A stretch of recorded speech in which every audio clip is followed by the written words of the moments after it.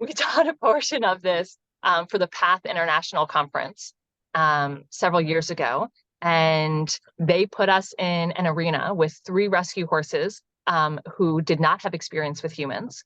And so we're in the arena with these 3 horses, and we are teaching the audience some of the components about the nervous system.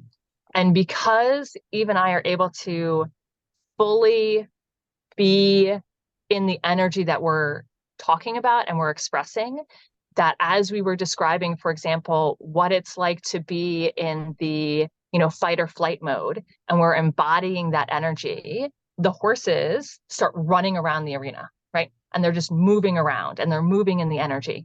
And then we switched and we started describing what hypoarousal is and what it's like to do the dorsal jive. And we embody that motion. And these horses that have been running around suddenly go, and they just shut down completely, and they go straight into the dysregulation.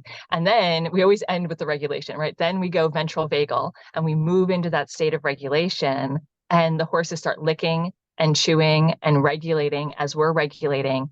And it was the coolest thing to know that because we're holding that energy, the horses are feeling the energy and then they're expressing it. Even these horses we'd never met before, they're rescue horses, have no contact with, very little contact with humans, right?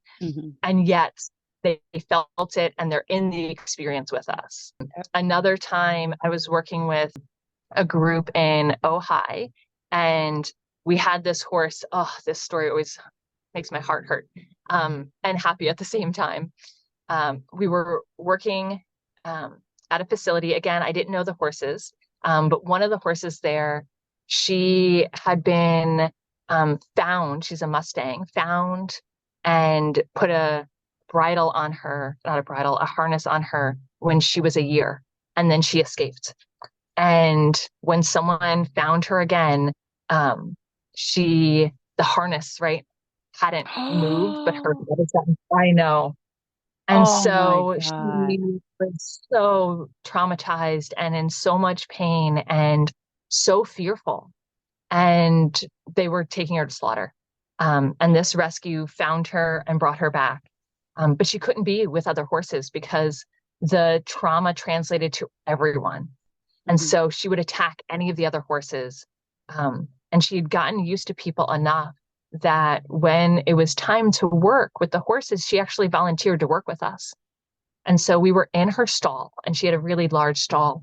And so we were on one side of the stall, and we were doing this really deep work that was just coming through, that naturally happens kind of when we're in the herd sometimes. And as we were doing that work, she lay down and fell asleep at the other end. And this is a horse, right, who's got all this trauma, all this hyperarousal, all of this fight, lays down and goes to sleep. And that day, when they were ready to let all of the horses out, they actually let her out, and she was ready to actually integrate with the herd. And she slept with the herd. She went out with the herd that night, and then again the next night. Amazing. And so that healing that happened with the people was also with the horse, right? And so sometimes the work is directly in the interaction between horse and human. And sometimes the work is internally for the humans, but the horses get the benefit. And sometimes it's for the horses and the humans get the benefit. And so the magic can happen in so many different ways.